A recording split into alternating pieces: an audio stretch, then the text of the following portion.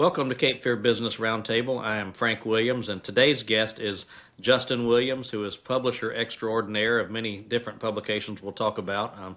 We have the same last name, but to our knowledge, we are not related, although there have been people who could not tell us apart in years past at some North Brunswick Chamber events, but we'll move on from that. Before we dive in, I do want to mention our two sponsors, which are two companies under one roof here in Leland. The first is Pioneer Strategies, a public relations and strategic communication firm. If you need help with a website, logo, digital advertising, or just need somebody to manage your entire marketing communication program, check them out at pioneerstrategies.com. And the sister company is Pioneer Specialties, which is a promotional products distributorship. With access to over 1 million products from 4,300 suppliers worldwide, they can find products you don't even know to look for, and they'll do the research and manage the entire process so that you don't have to and you can focus on running your business. So with that said, we'll jump on in. And Justin, welcome. We appreciate you being with us today. Yeah, thank you. And one thing I like to do is talk a little bit about people's personal background. And obviously, as you know, because you do business here, we live in a fast-growing area, and lots of people are moving in from lots of places. So tell us where you're originally from, and if you're not from here, what brought you here and how you got here. Okay, so I'm from a small town in Virginia originally. It's called Poquoson. It's in the Hampton Roads area. Most people have never heard of it. So I was there till 1999 when I graduated high school. Went to college at Barton College in Wilson, North Carolina, which they call Wilson, North Carolina with a T. Wilson. I was in the Outer Banks during my college years and a couple years after college. Came to a New Year's Eve party in Leland in like 2004 or something, and started driving around and just really liked the whole area, saw the growth in Leland, and moved here like 6 months later. So Cool. 20 years ago. Well, you mentioned that most people have never heard of the town you grew up in. I remember when most people had never heard of Leland. Yeah. Now, when I went to college, I finally just started telling people I was from Wilmington rather than having to explain it all. And now I find out they know where Leland is. And Yeah, I find when I go out of town, people say, "Where are you from?" I normally say Wilmington, and then if it starts breaking down the conversation, I'll say Leland. But I mean, I remember when I first started with the magazine, I'd be over in Wilmington, and they'd be like, "Oh, you're doing a magazine for Leland?" And like, it's like you didn't cross the bridge to go to Leland or something. And now a lot of those people are regretting not buying property over Absolutely. here, or not moving their business over here. Yep. Well, on another personal question, what is your favorite non-work related either thing to do or place to go here in southeastern North Carolina? Well, I got to be honest with you. Wherever I go, my mind is working. But I can do see try that with you. to detach a little bit by exercise, going to the gym, something physical activities. I really love Surf City a lot right now. It's just I don't know, it's a place that I can go and also walk and get exercise, but also kind of clear my mind from the week. And so those are really the two things right now besides my work. I mean, I love my work, so it doesn't, it's fun to me.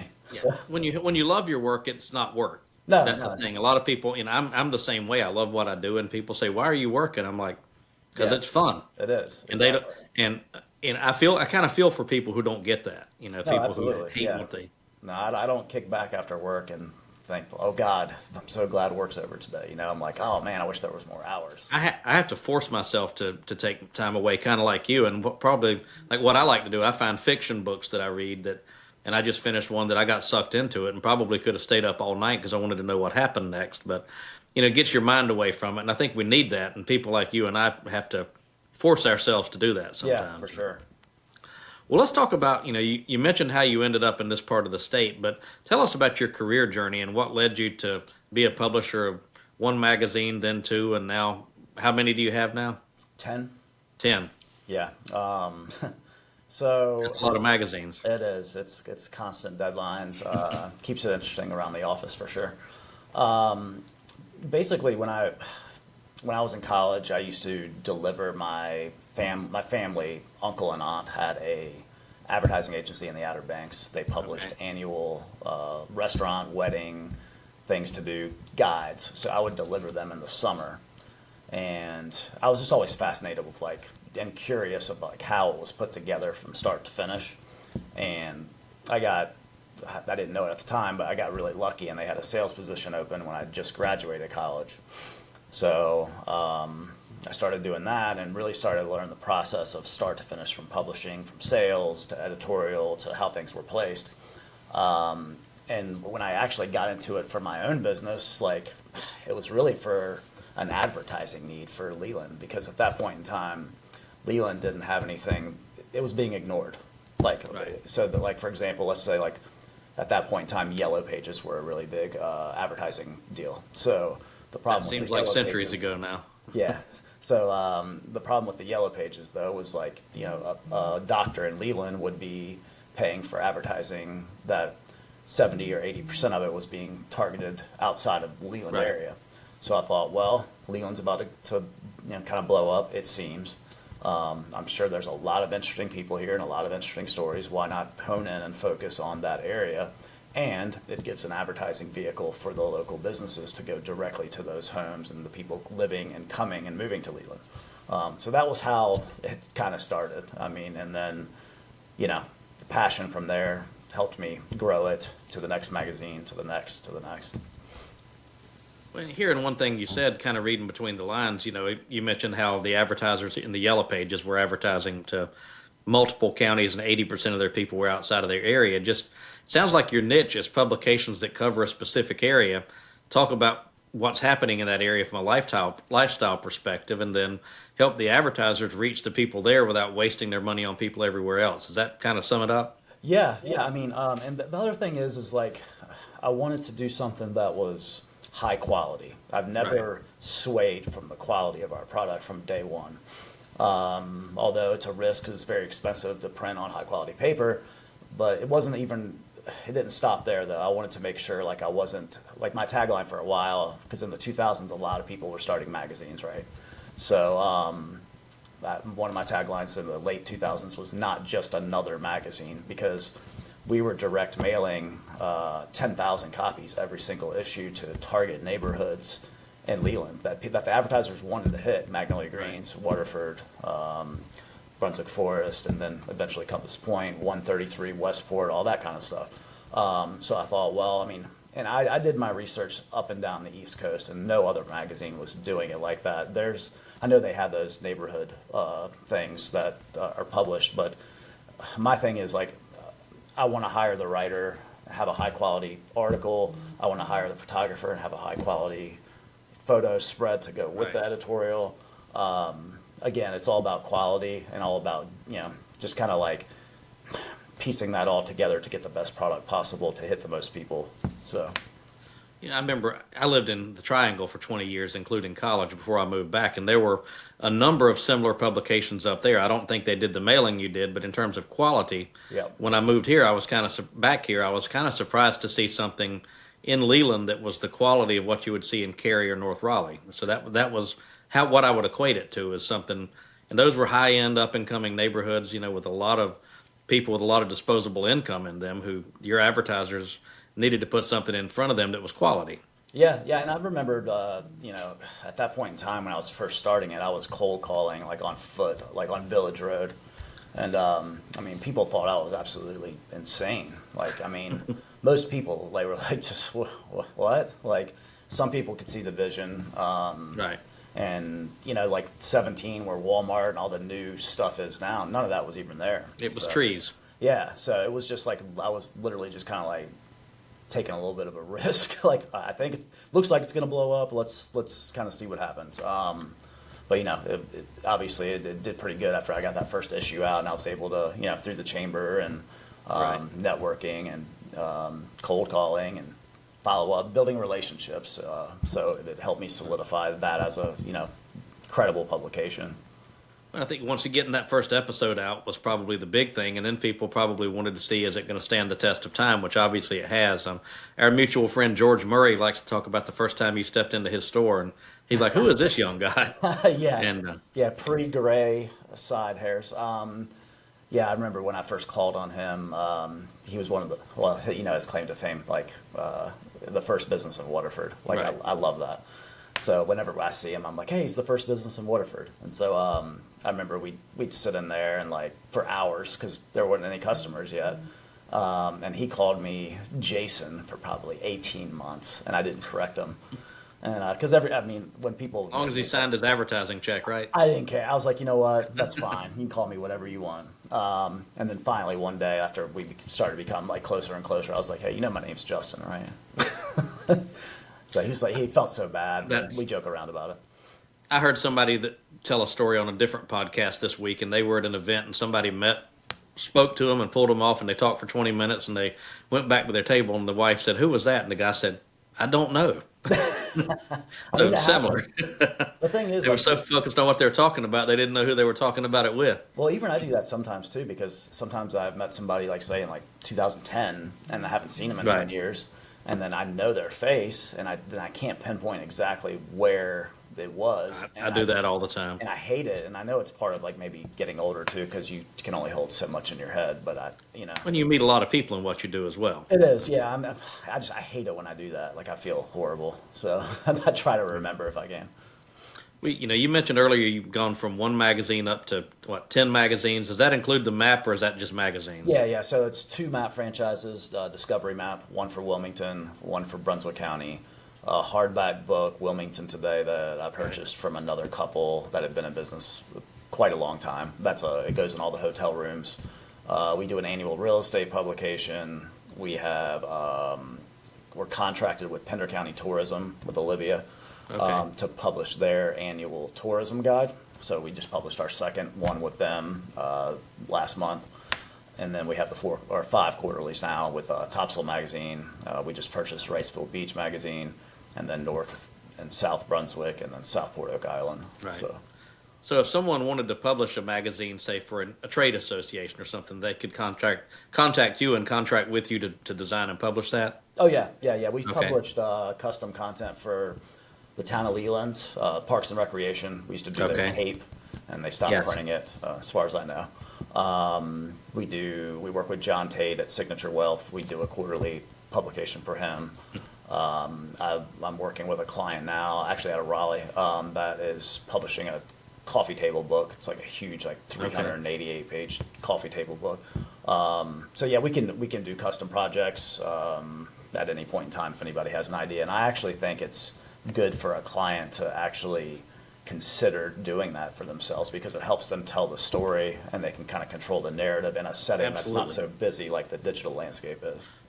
Yeah, in the PR world, we call that owned media. And these days, a good print publication, if it's well done and has useful content, will stand out because of digital saturation. I mean, I cannot tell you how many emails I delete every day without opening them, because I just get so many. I mean, and I unsubscribe. I think every time I unsubscribe from a newsletter, I get added to 2 more. I know, dude. I mean, it's same here. And we've done a small in-house print newsletter, and it's gotten good attention. We typically do it twice a year, and people read it. And the thing with your magazine is that it'll stay on our coffee table here at the office till the next one comes out. Yeah. And that's the point of it, the longevity. It's not about, I think, our world today, currently, I think things will shift in some way, shape, or form, but everybody wants this immediate everything, right? But what's missing is the other things, like that help. Marketing's still marketing at the end of the day. It's been the same story for a very long time. Absolutely. You do something here, you place something here, you place something there. Those messages play together, which helps you in your overall long-term strategy. Absolutely. And it's hard to get people to slow down to understand that. But people are also like frustrated with the social media stuff too. I mean, it's a great tool, but it's also it's a double-edged sword. I mean, it is. So it's like, and then you're also fighting with, like trying to get attention, not only just from other businesses, but also like your Facebook friends or your Instagram followers, so it's an interesting time for sure. And if you want to get your blood pressure up, go spend an hour on Nextdoor. Oh gosh. No, I mean, just go read on there, and you'll be at the blood pressure doctor within a few hours, most likely. Yeah, I uninstalled that app. I look at it about once a month, but because it's very little useful on there. I get the emails every day, and I skim the headlines. But to tell us more about what types of things people can read about in your publications, what types of things you cover, and also where they can find your magazines if they don't currently get them in the mail. Okay. Yeah. So basically, when we cover our local geographic areas, like when we hone in on the small areas, we cover anything that's impacting that area at that particular time. There's no like format, or it's not a cookie cutter format each time. I mean, it could be a nonprofit, it could be a new business, it could be events that are coming up, events that have happened. We try to cover as much as we can on what's taken place that quarter. Like the Habitat just had their huge grand opening, right? Like we cover something like that. If the town of Leland is doing something that's for the residents, for example, they have this thing that they're doing about the public having their input on the tourism aspect. So, we're going to promote these things as best as we can. I think some people, they'll send us press releases, and we're happy to run everything if we can, but we also only have a limited amount of space at the end of the day. It's all advertising based at the end of the day. So Yeah, the ads are what allows you to pay for it. I think people forget about that sometimes. Well, they forget they forget about it on Facebook. They hate the ads, but the ads are why it's free for the user. I mean, it's exactly. the same concept. Yep. And people can also find out about interesting people right there in their community. I know you did an article in one of your recent episodes on the rapping grandpa. Yes. That was an interesting article, and he had a very interesting story. And He had a good story. I had actually seen his Facebook page, but knew none of the backstory. I don't even know how I stumbled onto his page one day, but it was an interesting backstory on how he came to that brand. And are these articles still available on your Life in Brunswick County website? Do you guys still have that? Yeah. So lifeinbrunswickcounty.com is the hub for all the Brunswick County content that we publish between all 4 magazines. And the reason that it's in one hub is because we used to have separate websites, and we were competing against each other for SEO. So we just decided to hub it all in one area. That makes sense, having 3 magazines in Brunswick County, but a lot of the stories are of interest to people in all 3 publication areas. And some are geographically specific, but some are, of general county interest. But Yep. And if people don't currently get your magazines, where can they find them? Oh yeah, forgot to answer that question. Sorry. So we're at all the Harris Teeters, Food Lions. Now, it depends on the area you're in. So geographically, like in Leland, we'd have North Brunswick Magazine. In Southport and Oak Island, we'd have SPTOKI. In South Brunswick Magazine, we'd have, or in Southern Brunswick County, we'd have SBM. So it just depends on where you're at in the locations. But you can go to the grocery stores, and we're at Lowe's Foods and Publix as well. And well, tell us what you love about what you do. Obviously, you're like me. You enjoy your business. What do you love about it? There's a lot of things. Just creating something from like nothing to the end is a very cool process. Absolutely. It takes a lot of patience, but it's like very like rewarding at the end. So that's one thing. But what I would say the most is just the people that I meet. Like in the beginning, I was out selling way more than I am now. And I love it when I go out there, and even if I'm not selling, just meeting people, just going into businesses and talking to them and learning their stories and how they got started and where they came from. And, it's just a very cool thing. I just don't know another job that is like this, to be honest with you. That's one of the cool things about doing this podcast is, and I'm still fairly new at it, but I get to hear, even people I know, like, how did you get into what you're doing? What do you enjoy about it? It's the same kind of thing. Just meeting people and hearing what they do if you're a people person, it's an interesting and fun thing to do. Yeah, absolutely. Well, obviously, when you first started this, you were the only game in town in Brunswick County, and you said people told you were crazy. Mm-hmm. Now there are others trying to pop up and compete with you. What sets your publications apart from all the other ones that are trying to come onto the landscape? So I think that I don't know. I think when I was a little bit younger, I used to stress out about that a little bit more, like the competition aspect. But what I'm finding as I'm aging, I guess, like you stay in your lane, focus on what you're doing, keep your pulse on the game though, and try to provide the best service that you can for your customers that are paying for you to do what you do. And how we stand out and do that is the quality, the content, and the distribution. I mean, we're direct mailing 14,000 copies every single issue of all of our quarterly publications. Each no one else is publication. doing that. I mean, it's just not. They're not. I've done the research. I've researched my competitors. they're just not doing it. And either I'm the dumbest business person on the face of the earth for, spending that money and doing that, or not. I don't know. Make sure your ads get in people's hands. And, I've often wondered about the publications I see just sitting on a rack. Or how many people pick those up? Yeah. And it's like building a website, but not putting any money into getting people to your website. Yeah. You have this nice website, no one visits it because you didn't invest the money to get people to visit the website. And it's the same concept in a print landscape. It is, yeah. I don't know. Again, that's an education portion for the client, and people have their own opinions about how they market and stuff, but I just think, like, again, print's a patience game too, even producing and with Absolutely. So I had one of my first clients when I first started my business years ago. We did some ads in a print publication for them, and this person's spouse was extremely upset by noon the day the ads began because they had not gotten 100,000 phone calls. It doesn't work like that. It's a patience thing. It's a long game. More times than not. I'm like, it doesn't work like that. It takes time. It's going to take a few episodes or a few issues of people seeing your ad over and over before it really sets in. Yeah. Yep. Well, you've gone from working for somebody else to having one magazine to now having 10 different products. What have you learned during the course of your career that you wish you had known the day you started? So one of the things I just mentioned was about, like, competition. You just can't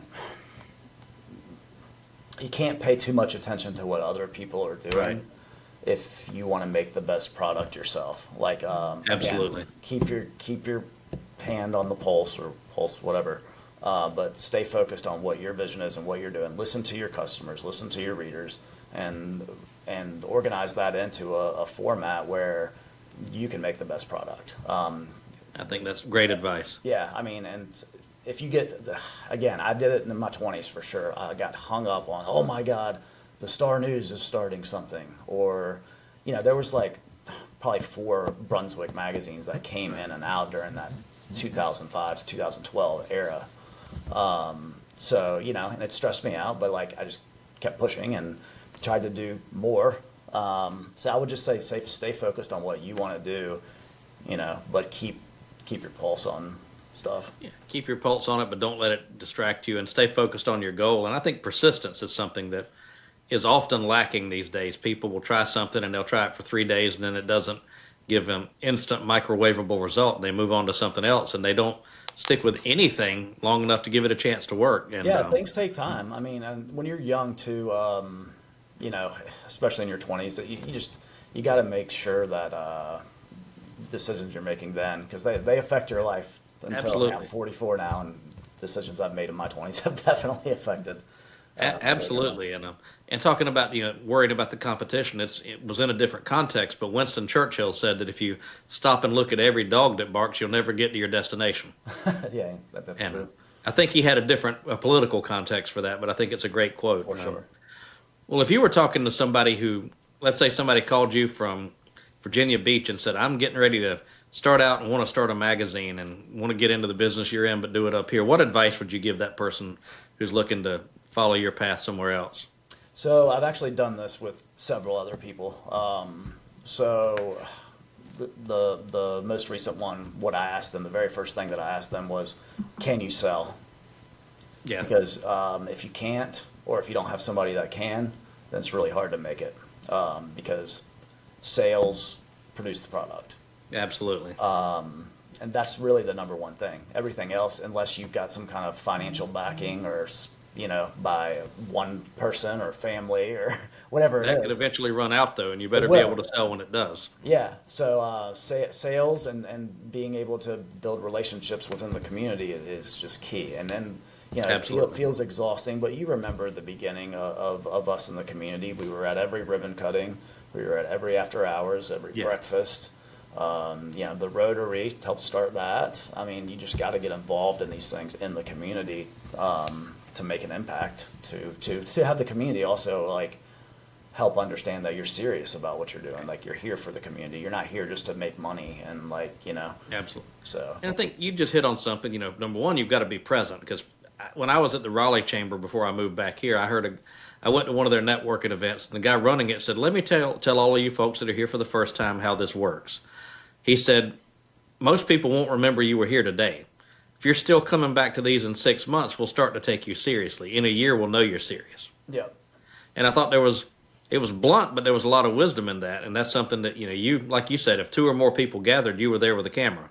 Right. I mean, Yeah, you were exactly. there taking a picture, writing an article about it, and And I and remember going we back used to to make relationships. Go ahead. I remember we used to make the when I would take some pictures for like the back of the magazine. If there was like 15 people there, do you remember me like structuring people to make it look like it was a full house? Like, oh, you can't get in that Oh, picture with that person. Like, oh yeah, just because it's a, I want people it to, camera angles and where the people are. Yep, absolutely. yeah, But I think that's a big part of it, is just being present. And you mentioned relationships. People, I think, especially as digital as things are now, people forget the importance of person-to-person relationships. And I think that relationships are so important. And to build relationships, you have to be somewhat likable. yeah, And that goes back to, you can't sell if people just don't like the way you treat them. And I think that's important. But it all comes back to, you've got to offer something of value. You can't just be a taker. And you try to offer a good product and help your advertisers reach their customers, but also help the community tell their story. yeah, exactly. And that's And I like doing it. I mean, I love doing and it. that's important. You've So, got that passion for it. That's critical. Well, to close it out, and I like to ask this question: either you mentioned that you listen to some other business podcasts, other than obviously this one being on your weekly list from here on out. What other podcasts do you listen to? so one I'm listening to right now is a guy. His name is Alex Hormozy.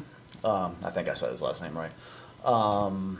And basically, what I like about him, you just talked about the bluntness of that quote.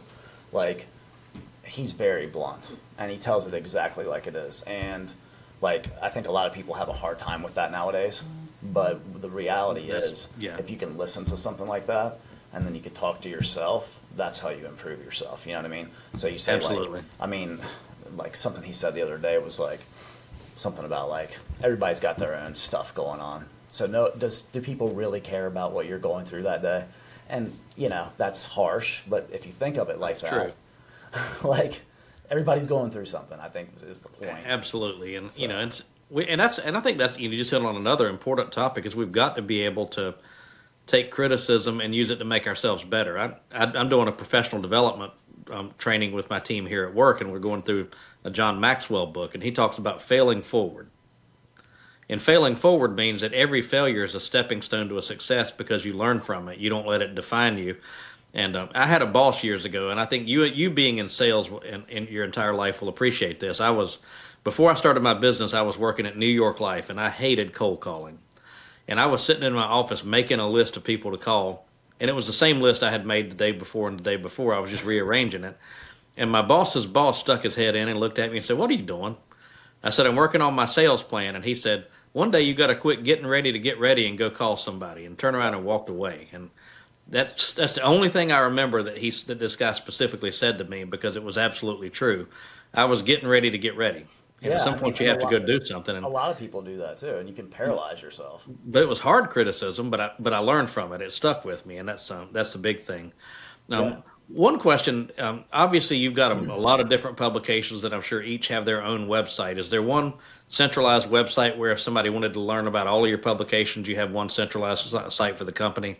Yeah, you can just CarolinaMarketingCompany.com. It's Okay. got like a list of all of our publications that we do there. Okay. And you can kind of learn about each one there, or you can click out to the other sites. So we're doing a little bit of a revamp with it right now, since we just acquired Wrightsville Beach Magazine. Right. But it'll give you the overview of what we do. And we do cover Brunswick, Columbus, Pender, and New Hanover counties, and some into Bladen. So people listening in that general area, are most of your publications in those four county region? 3-county, not Columbus. Not Columbus, okay. But yeah, definitely Brunswick, New Hanover, and Pender for sure. And do you have anything that's outside of that area, or is it all pretty much concentrated? Pretty much we cover right now from Sneed's Ferry down to Little Okay. River. So maybe a touch into Onslow, but not too far. I think. Yeah, we do because the Surf City area is very interesting. Topsail Island split, yeah. It is. So Topsail's like half Pender, half Onslow, and then Surf City, it has a little bit of Onslow and a little bit of Pender. Yeah. It's sort of like a Belleville Leland situation. Similar, going on up there. not quite as confusing. Well, maybe, I don't know. We'd have to ask the people who live there. I don't know. So Yeah. That's not something I think about. Yeah, they can battle. Is there that. anything else you'd like to share with our listeners before we jump off? I would say like one thing would just be like, I'll go back to when you're starting your business, like be professional, be serious when you need to be, but don't take yourself too serious. Absolutely. Because I found that I kind of did that in my first couple of years. I mean, people that talked to me a lot knew my personality a little bit, Right. But I feel like I held that down, and I really hated that about those couple of years. Like, and I feel like once I just was myself, it was easier, like. Yeah, it's funny you say that. When I was getting out of college, I was interviewing for jobs, and I had done all this research on how to conduct yourself in a job interview. And I went into them with the perfect script, and I didn't get any of those jobs. And I got interviewed for this sales job that I really didn't want. So I went in there and just didn't script, didn't plan. I was just myself. And they offered me the job on the spot. Wow. And I came out of there like, why did I get an offer from the job I didn't really want and didn't take seriously? And all these where I went in with this grand plan of what I was going to say. And it's because I was putting on a show versus being myself. Yeah. And I learned that was another lesson for me, And sometimes we can overthink it too. Like, Absolutely. Like at this point in time, I pretty much don't. Like, I don't mind giving like a presentation, but I don't like that. I like a Q&A. Like, let's make it interactive. I may have the answer. It'll be easier for me to answer than me going like, oh, this is what we do, and On slide 37, yeah. Yeah, I mean it's boring too. So I don't know. I just like even when I do stuff like this, like I told you, I browse to the questions and I try to let it flow.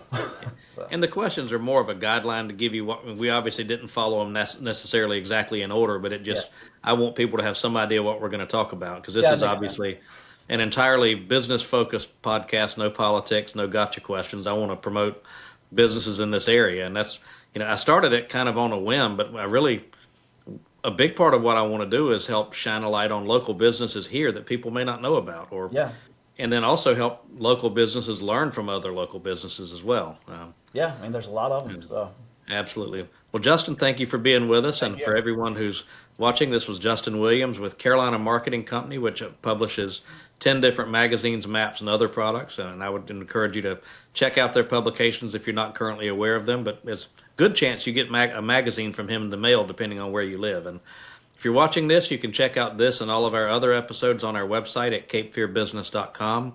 And you can follow us on YouTube, Spotify, Apple Podcast, or whatever your favorite podcast platform is. And thank you for tuning in, and we'll see you next time.